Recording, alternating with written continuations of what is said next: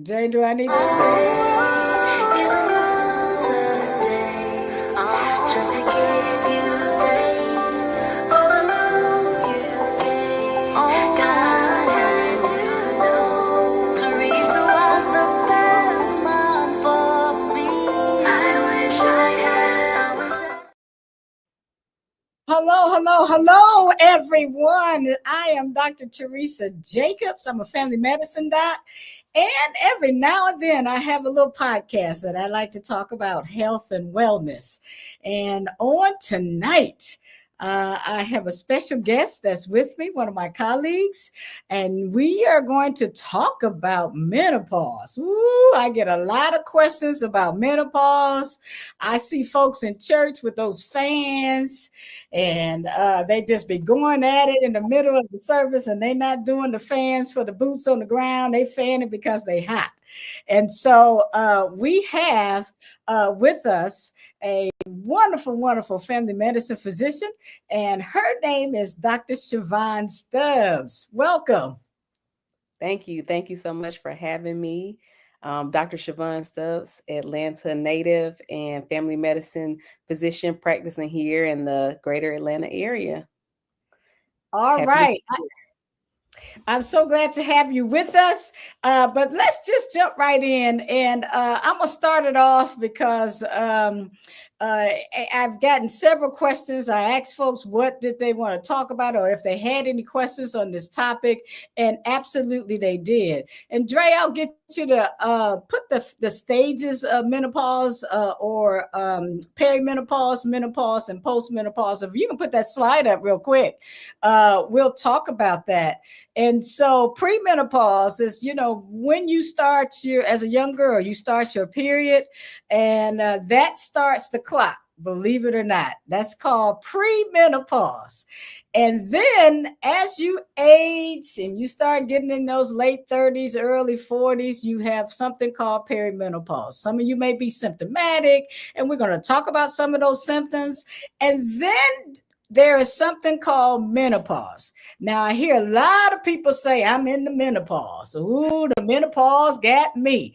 And so today we just want to make sure everybody understands that menopause is a one-day event. That means that you've had 12 full months without a period. You're not spotting, no bleeding, none of that for a full 12 months. And on that last day that you don't have a period for 12 months, you have now entered menopause, and it's a one-day event. Because after that one day, so the next day, you are what they call postmenopause, right? So right in the middle is menopause. Before you start it, before menopause is perimenopause, menopause, and then it's postmenopause. So menopause is just a one-day event. And so when we hear people say I'm in menopause, all these menopause symptoms are getting me, that menopause actually is a one-day event, and we want to make sure everybody's clear about that. Dr. Stubbs, did you have anything you'd like to add about that, or do you want us to go on to the next one? Menopause affects all women. Everybody's going to experience some of this. And so when you think about that in the grand scheme, half of the population is going to be affected by menopause or perimenopause or postmenopause, either directly or indirectly.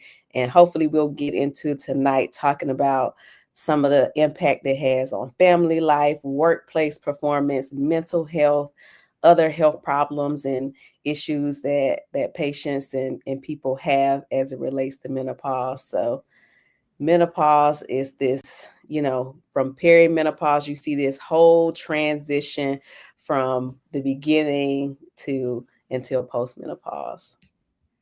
Wow. Now you said something. You said that over half the population is going to experience that. So that means that as a woman, if you keep living, sooner or later, you're going to have some perimenopause or postmenopausal type symptoms. Sooner or later.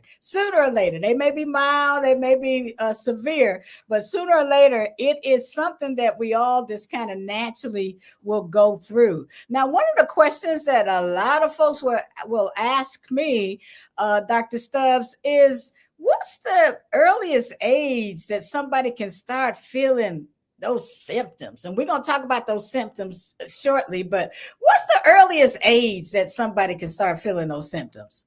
Generally, we start to see those in the 40s.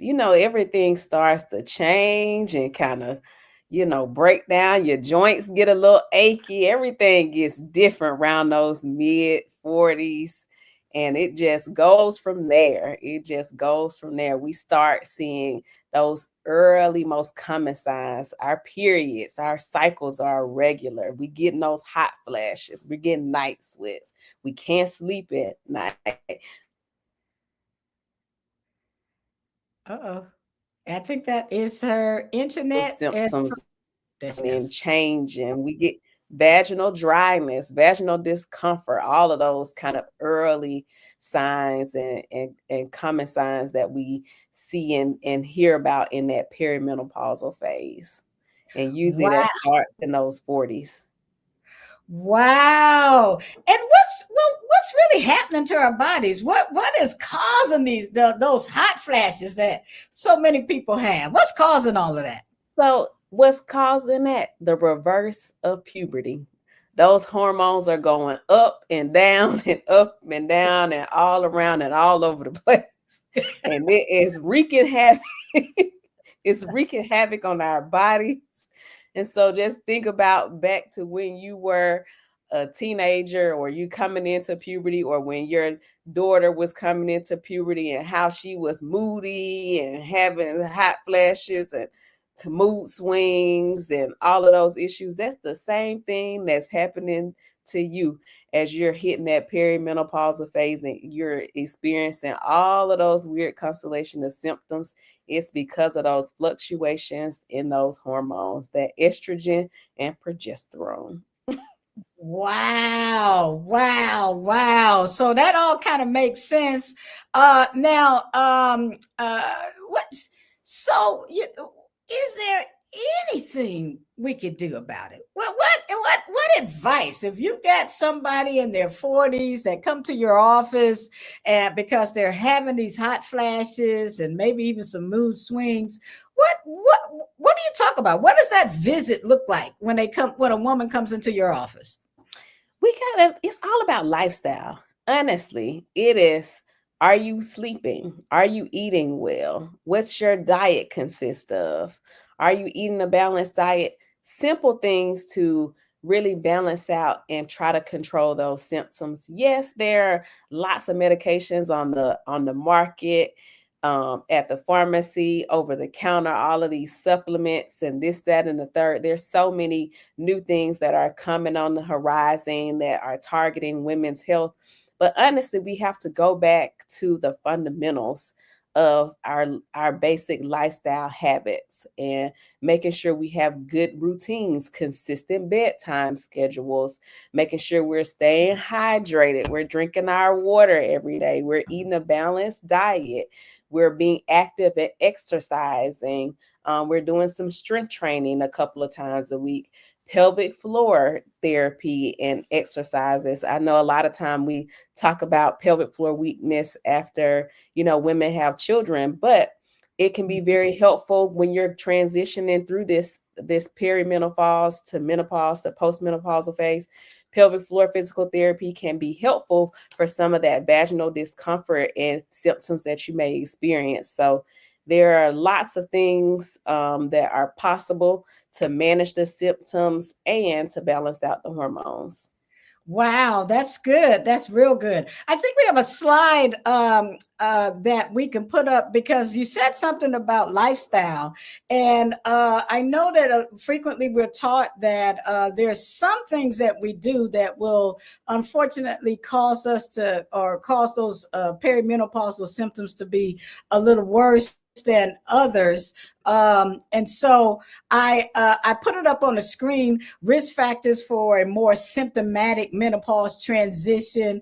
Unfortunately, if we're overweight, sometimes that allows to more estrogen to be out there that could cause us to have some more problems. If you're a smoker, and I always, Dr. Stubbs, tell folks, I don't care what you smoke. Yeah, whatever you're smoking can cause you to have a more difficult transition. So yeah, Yes. so that's all of it. It's all of it. Whatever. If you got some smoke going into those lungs that shouldn't be going there in the first place, it can make your menopause transition a little more symptomatic, shall we say. So drinking alcohol, as we know, because and alcohol, they've discovered that, and well, I'll say they discovered, but many of us physicians, we already knew that drinking alcohol, even in moderation, sometimes can cause many of us issues, increased strokes and heart attacks and other problems as well. And now we see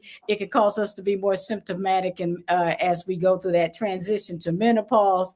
And of course, any type of substances that you use, any drugs besides weed, opioids, any of those can also cause us to have some more symptomatic, a more symptomatic transition, depression, anxiety, lower socioeconomic status simply because of the nutrition. If you're not eating appropriately, those fried, spicy, greasy foods that all of us really love can cause us to have a more symptomatic transition. Was there anything you want to add to that slide? Definitely. I mean, it's right there. Nutrition, that is so key. Eating a very balanced diet is so imperative to improving our symptoms, our overall well-being, and just really helping to balance out those symptoms that you're experiencing from menopause. So nutrition is key. Lifestyle, exercise, sleep hygiene, all of those things will definitely make a difference in how you feel and experiencing some of those symptoms of menopause, in addition to kind of the ones mentioned. A lot of patients or women may experience brain fog. They may experience more depression. They may experience joint pain and joint stiffness, especially once they hit that postmenopausal phase and they have such significant drop and loss in those hormone levels. And then they have issues with their weight. They're gaining more weight in that midsection with these changes. So it definitely can be lots of challenges that come with it. And that's why it's so imperative to build healthy lifestyle practices prior to starting the change.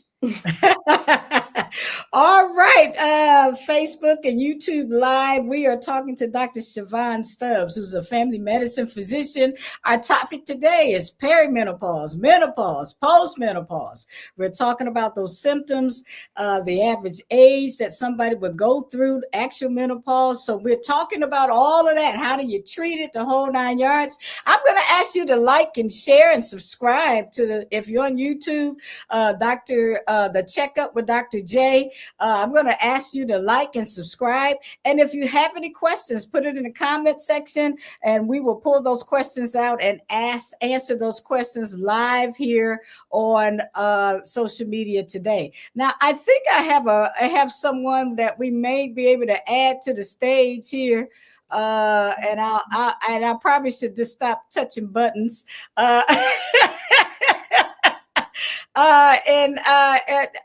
Elder Jane Cottrell, are you there? Can she unmute herself?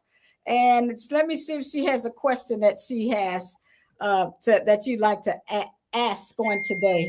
Elder Jane Cottrell, is that you? That's me. I'm enjoying what I'm hearing and some things that I did not know until tonight. I'm really amazed, and I'm like, did I go through that? Because I have multiple children, you know. Um, so this is so good to get information like this. Back in our time, we didn't know anything about menopause. We weren't educated on about menopause. You're just going through the change, as they say. But this is really, really good. And I think we need more of this information throughout the year for women, because there's a lot of women that are going through this menopause stage. So, especially my sisters, Jesus, they need to be on here. Well, hopefully they can see the recording and they can get the information that they need. And let's ask Dr. Stubbs. So siblings, sisters, do we all go through the change the same way, or do we all? Cause so can I kind of look to see what how my mom went through the change, and am I likely to go through the change just like she did? So every person is different. Okay. Everybody, even though we all have the same genetic makeup, your symptoms may be more severe than mothers or sisters or aunties or cousins, or they may be less severe. It varies by person, but generally, families who do share the same genetics will start to have the change and start making those transitions from perimenopause to menopause around the same age. So that's a good way to get an idea of when am I going to start going through this change and experiencing these symptoms is when did mom or older sister or auntie start going through those transitions from perimenopause to menopause. And you'll have a better idea of when you're going to start having those symptoms as well. Wow. I guess my dad was right. One day out of the clear blue sky, he called me and he said, I think you should know that the women on your mom's side of the family, they go through the change late in life. So they have kids all in their 50s. And I looked at the phone and I wanted to just kind of hang up on him and go, what do you mean they had kids in their 50s? So so can you, if you're still having periods every now and then, say every 3, 4, 5 months or so, are you telling me we can still get pregnant? Oh, yes. And it happens.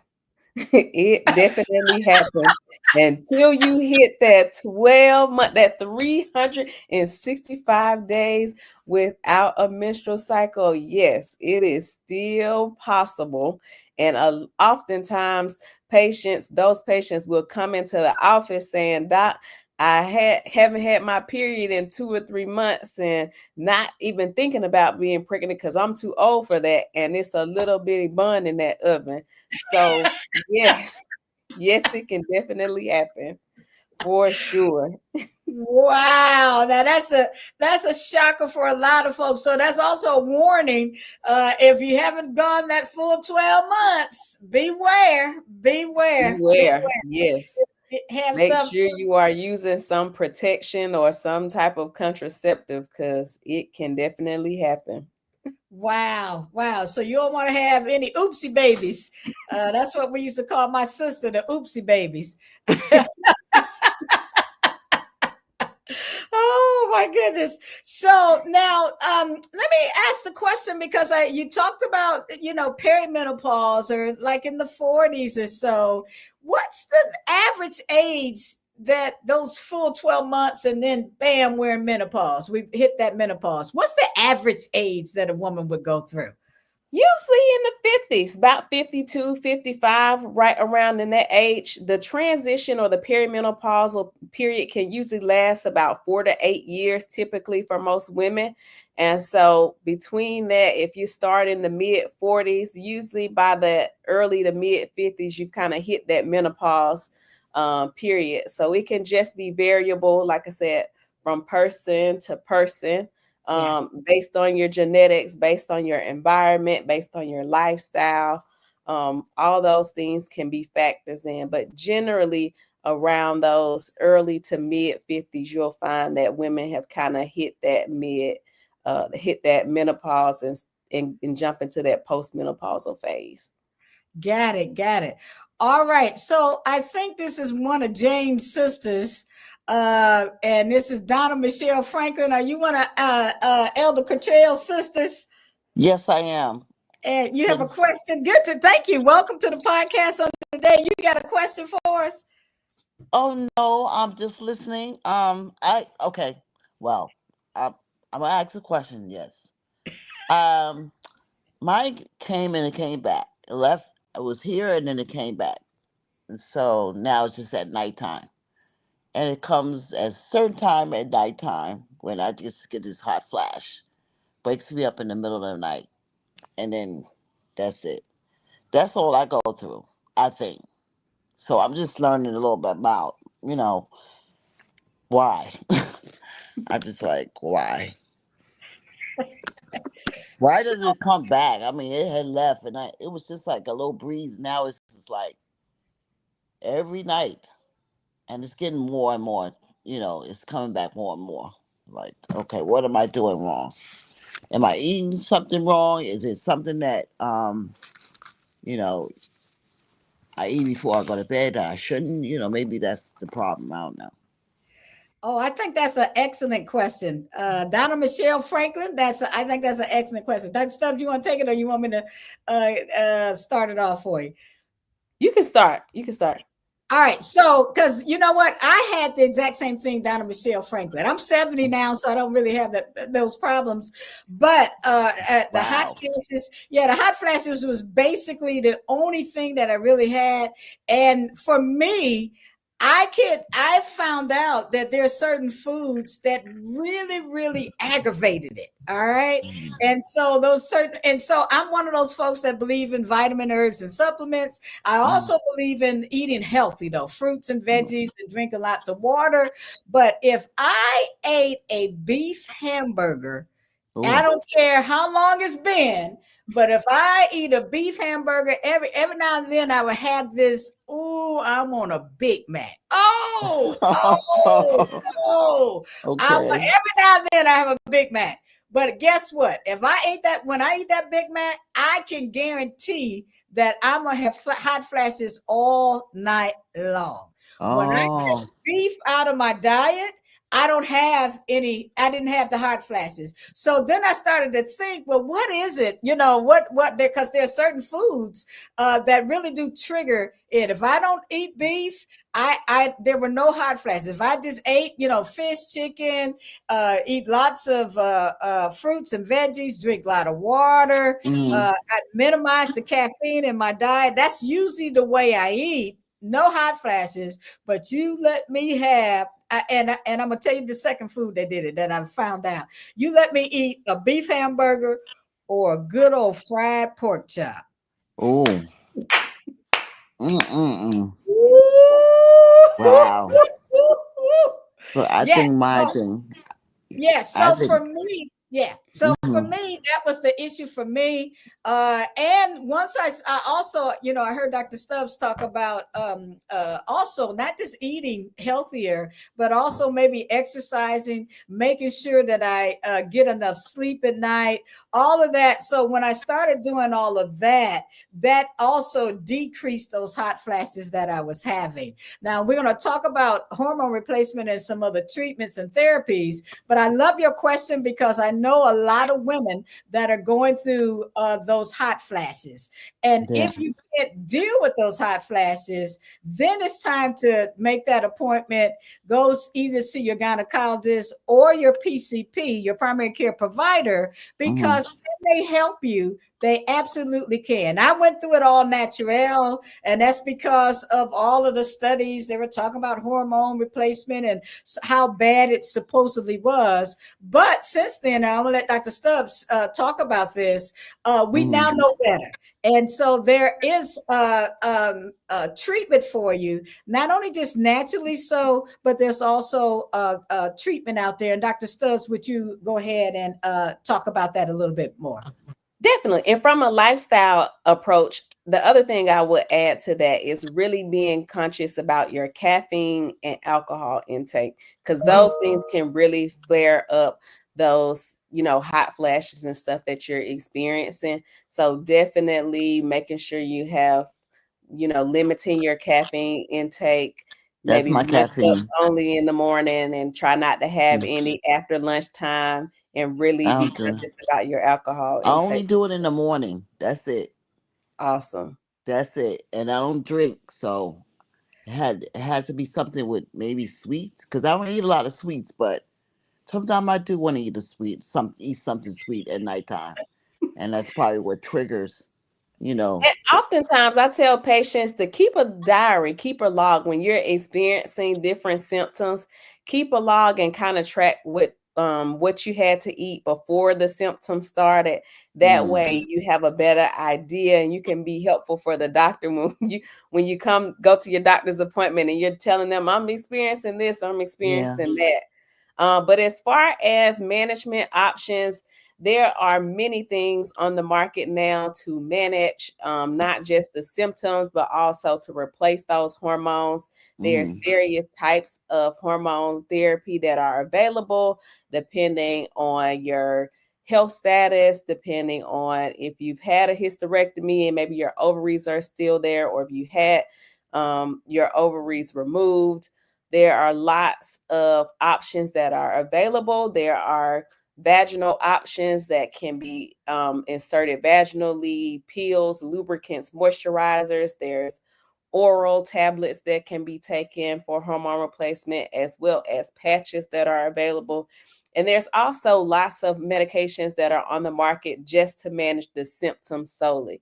So if hot flashes is your main concern, or mood swings, there are medications for that. If you are waking up in the middle of the night at midnight or 1 o'clock in the morning and you're drenched in sweat and you got to change your pajamas and change all your sheets on your bed, there are medications to help with that. But also therapy, behavior therapy can definitely be helpful for managing the insomnia, for some of those hot flashes and mood symptoms that you're experiencing as it relates. So there are lots of treatment options. The key and the important piece is really to get into the doctor, to see your primary care physician or to see your OBGYN and have those conversations with them. Let them know what's going on with you. Let them know what symptoms you're experiencing, because we cannot help you if we don't know what the problem is. So have those candid conversations to let them know. Say, hey, doc, I'm having some issues with vaginal dryness, or it's, painful when I have intercourse. Have those conversations so that can best guide how we manage your symptoms. Or that I'm just having mood swings, I'm irritable, I'm anxious, I can't think. Have those conversations. But also, as you are going, through menopause and perimenopause, this not only is affecting you, but it's affecting your partners, your family at home, your co-workers at work. So, be open to have that communication with people so they can help you through this process and, give a little bit more grace as well. All right. Thank you, Donna Michelle Franklin, for your Thank question. you. And Thank you. but all right, thank you. All right. We are the one question we didn't answer yet is how do you diagnose it, or is there a way that you diagnose it? Is there one one of Diane Lewis says that menopause is all over for her, so she's postmenopause. So she's fine. She don't have any issues. But so how do you diagnose it?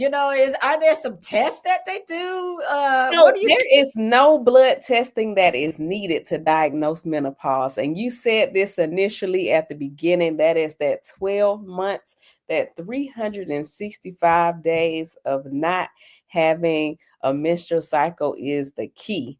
So we don't need to order all these tests to check your hormone levels and to look at this and to look at that and all the things people hear about on social media that they want to come into the doctor and demand. We don't need that. We just need to count those days and mark it on the calendar. And that's it. 12 months of no menstrual cycles. And there you have it, a diagnosis of menopause. All right. So you heard it here. 12 full months. That's the big thing. The full 12 months, 365 days without that period. Then you can do a little jig and say, I'm officially in menopause, because that's what I did at 51. So I was very excited about it. Very excited about it. So now, what happens though?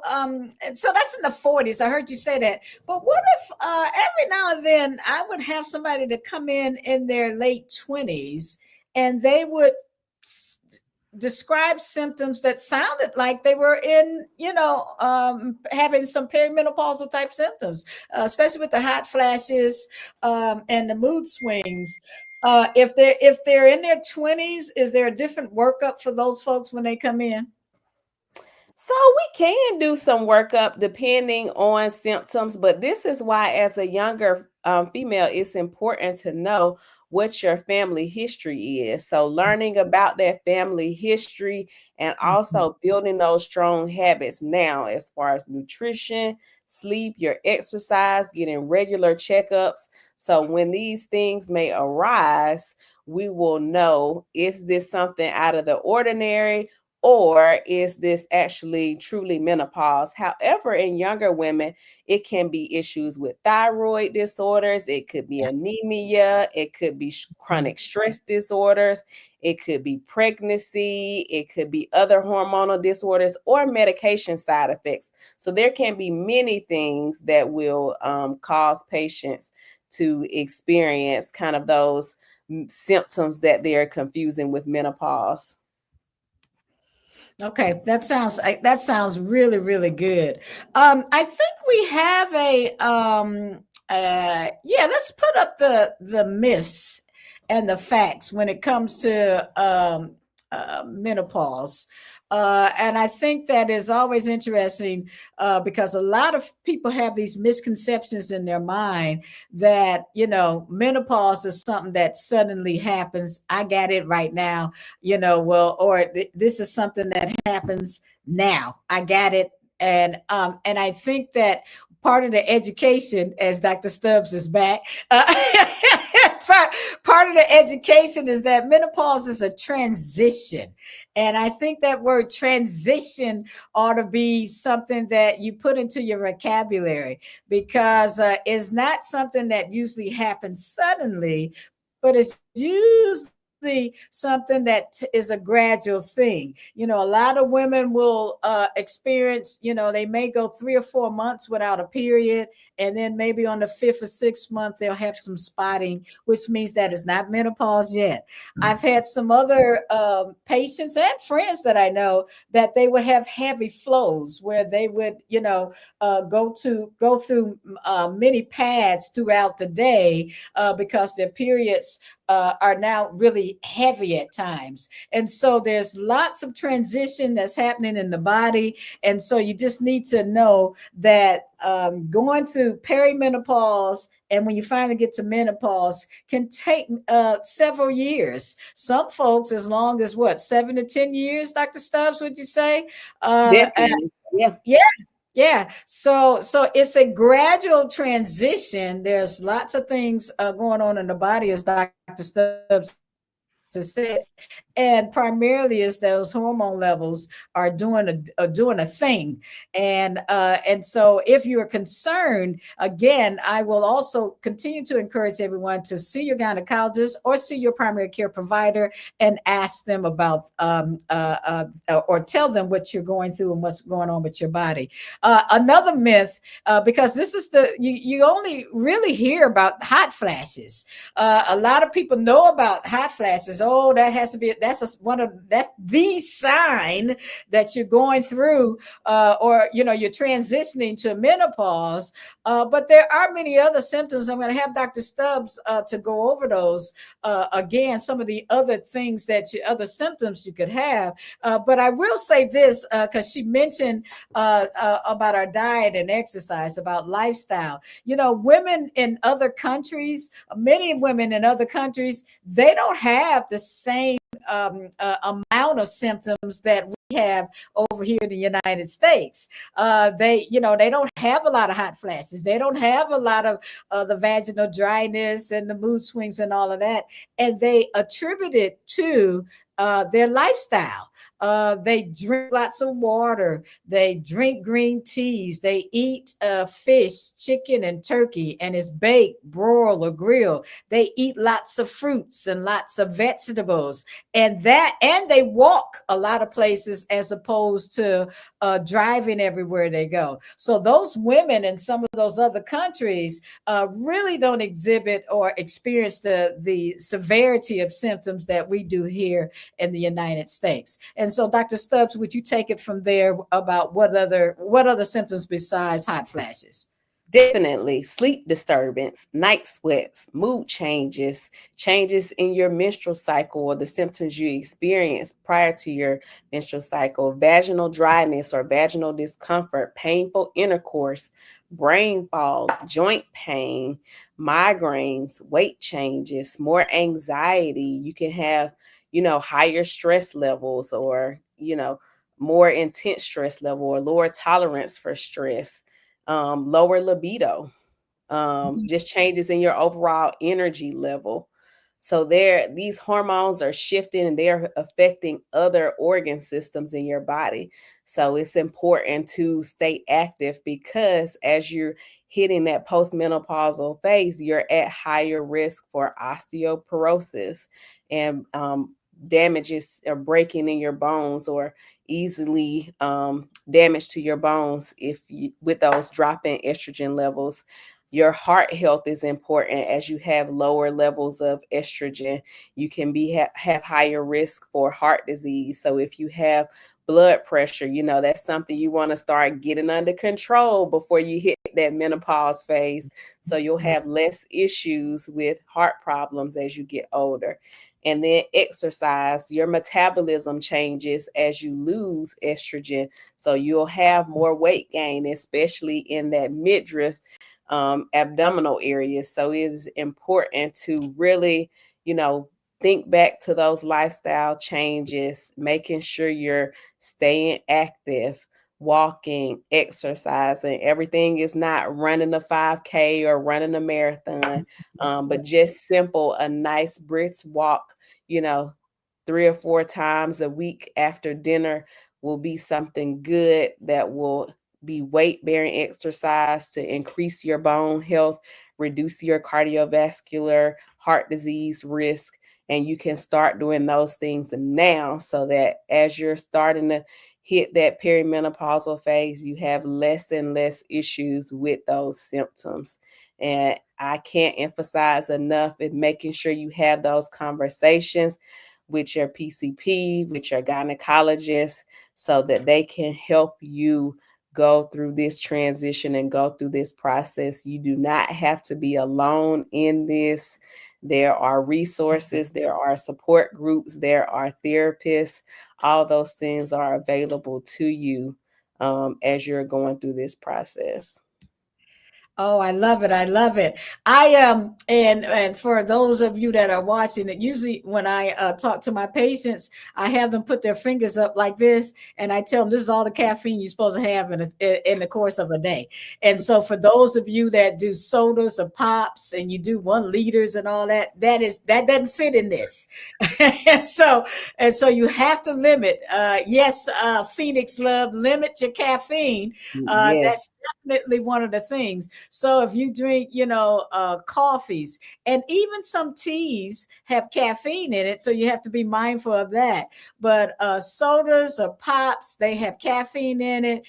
Chocolate, believe it or not, has caffeine in it, and so you have to be mindful of all of those caffeinated products. And so we'll tell you to make sure you read those labels when you are consuming the drinks that we drink. But there's no replacement for water. And I'm going to say that over and over again, that there's no replacement for water. And so I just want to make sure that you add enough or adequate amount of water into your diet on an ongoing basis. Now, lastly, we're going to go ahead and wind this up here. Dr. Stubbs, you've been really, really good. But I just want to hit on this before we kind of get ready to sign off here, because somebody in their mind is asking about, hormone replacement, that, you talked about that, but who are those folks that probably should not think about hormone replacement and look at some of the other treatment options? So I put them up on the screen. Dr. Stubbs, if you want to go over those, feel free to do so. Definitely. If there's any unexplained bleeding, any irregularities of bleeding, this is something you definitely want to get in with your primary care or your gynecologist and talk about that. If you have history of liver disease, definitely any type of cancers. And cancer is one of those things that we see so much on the horizon, but also one of those things historically that has been such a fear factor with hormone replacement therapy. People have been, terrified of, oh my God, I'm going to get cancer from this. But it's about knowing your family history, knowing your history, getting your regular preventive wellness visits with your primary care and gynecologist so that you can identify these things early and we can limit, exposing you to things if you have a history of some type of estrogen containing cancer, any type of cardiovascular or heart disease, if you've had a stroke, if you've had a heart attack, if you have a history of blood clots, or any history, personal or family history of clotting diseases or clotting disorders, you will not be a good candidate or a safe candidate to start on hormone replacement therapy. So make sure that you are having these discussions, but not being a candidate for hormone replacement therapy doesn't mean you have to suffer through menopause. That is the importance of having these conversations, because there are so many medications on the market, so many herbal things that are available, and new medications are coming out every day. I'm sure if you watch TV, you'll see some of the commercials for newer medications that have come on the market in the last 2 years to help with symptoms of menopause. So definitely have those conversations with your primary care and with your gynecologist so you can get some treatment and help as you go through this transition. Absolutely. So, and so not everybody is a candidate for hormone replacement, but the vast majority of people are candidates for hormone replacement. And so one of the biggest things that we want to make sure that you hear today is that hormone replacement is an option for many of you all. So I want you to think about that. Talk to your PCP or your primary care provider or your gynecologist, because if you're less than 60 years old, you don't have any of those risk factors that Dr. Stubbs just went over, and you're still within 10 years of the onset of menopause, then you could possibly be a candidate for a hormone replacement therapy. There are other medications out there, like she said, that can help you as well. So you don't have to suffer alone. You really don't, because there is help for you. So we want to make sure that you're in the know. And that's the biggest reason why we wanted to talk about menopause, perimenopause, postmenopause on tonight. We want to make sure that you all are having those conversations with your siblings, like you see Elder Jane Cottrell and her sisters. This is a conversation that they're having.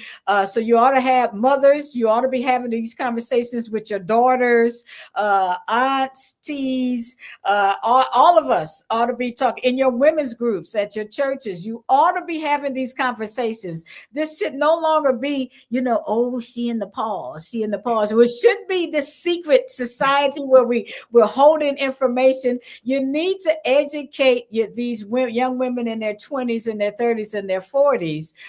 They need to be in the know as to what's going on with their bodies. And so, your community, your church groups, your bless you, your sororities, and so all of these groups, this ought to be one of the topics that you all talk about. It shouldn't be taboo. It should be something that we are talking about, that we're educating the members, the women, and even the men, quiet as is kept, that's in your community. You need to talk to them about it. I see Bridget Harper has put a question up there. What are your recommendations for the over-the-counter treatments? Dr. Stubbs, did you want to start off with that? And then I can kind of go through what I've done. It looks like she may be frozen. And so vitamin, herbs, and supplements are something you ought to look at. I am at 50 years old, my appetite started to change. And so I just didn't eat all of the foods all of the things that I should be eating. And so my gynecologist suggested that I look at taking a multiple vitamin. And so that is one of of the things that I have incorporated since the age of 50, that I take a multiple vitamin. I want you to be mindful. Oh, Dr. Stubbs, are you back? Yeah, because you were frozen. I think she's still frozen. I want you to be mindful of these companies that sell you vitamins, herbs, and supplements at 70, 80, $100. You don't have to spend that kind of money for those. You can just go to your local Walmart and get the store brand one. Those are good enough. I would be mindful if you don't have a calcium deficiency, be mindful of taking extra calcium. Be mindful of taking extra magnesium and potassium, because I know you'll hear people telling you to take some of these black cohort, St. John's wort. With St. John's wort, you only supposed to take it for a very short period of time. The same with black cohort. You're not supposed to be taking that for a long period of time. So I just want you to be mindful when you hear about these vitamin, herbs, and supplements that are over the counter, because many of them are not FDA approved. And so you have to be careful. Look for either FDA on it or USD on it or USP on it. If it should have an expiration date on the bottle, it should have contact information. If you're looking at a vitamin, herb, or a supplement, you ought to be able to glean all that information off the bottle if it is a good, viable product. But again, a multivitamin is something I think that we all should be taking after once we get to about the age of 50. I just think that's a good idea. Dr. Stubbs, are you back with us? Because you've been frozen. Yes, I'm sorry. It was all right. Go ahead. frozen. Go ahead. Yes, but definitely have these conversations with your primary care. A lot of times we hear about things on TikTok, on Instagram, on Facebook. Please, please, please, before starting any supplements, talk it over with your primary care or with your gynecologist. Definitely a women's daily multivitamin is great. But if there's anything beyond that you are wanting to try, please take that with you to your appointment and have that conversation, because your primary care physician is going to know your medical history, your issues, your background, and they can best advise you on which of those things might be safest for you to try. Excellent. Yeah, NIH has a website that talks about vitamin, herbs, and supplements. You can go into the National Institute of Health. That's NIH. You can put your vitamin that you're considering taking, put it in there. It'll bring it up. It'll tell you about any trials that they've had with it. It'll tell you about any side effects that they've had, that the people had. It'll also tell you about if you should be taking it. It'll talk about high-risk patient. It'll talk about the dosage, maximum amounts that you should be taking. And so go to NIH website, and what I can do later on is put the website up on YouTube and in my Facebook as well. But go to them and look up whatever it is that you're trying to take or you're considering taking, because there are some things, unfortunately, that cause more harm than good. And just because your friend down the street took it and they didn't have any problems, that doesn't mean that you can take it and you won't have any problems. So make sure, as Dr. Stubbs said, that you take that bottle of whatever it is that you want, to write it down and let your primary care provider or your gynecologist see what it is so they can make some decision. And it looks like we've lost Dr. Stubbs, unfortunately. So we're winding down. And if you have any other questions, you can feel free to put that in the chat and we'll answer those. But I think we're having a really good conversation, a real good discussion today, because it's important, because I know that a lot of folks have over-the-counter meds that they really love to take.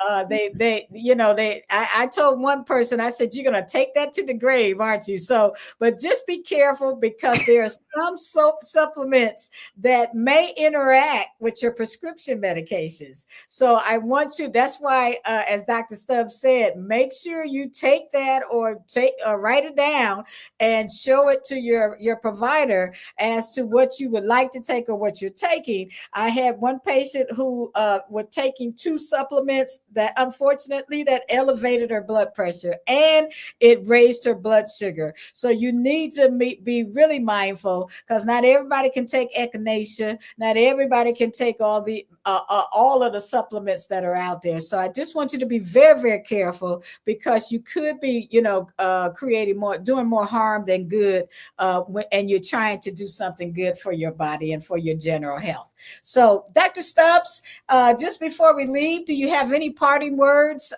for those that are listening tonight?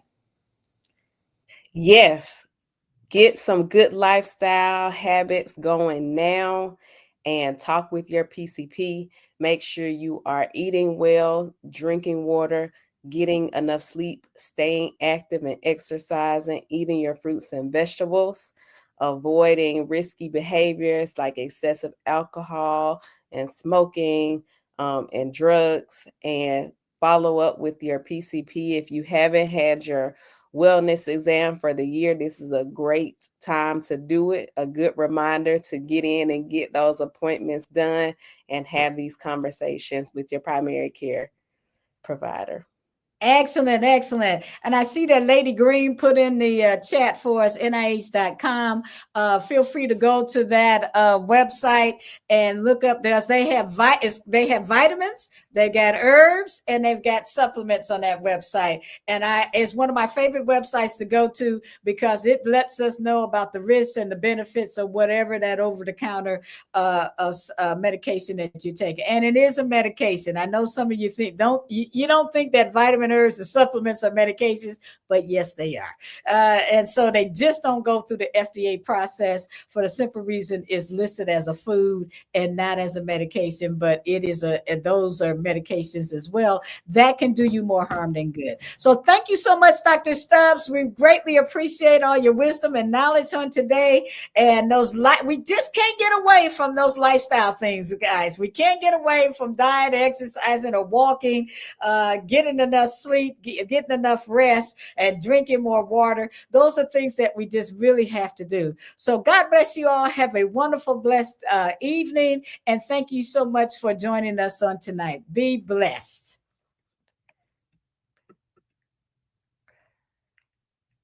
Stay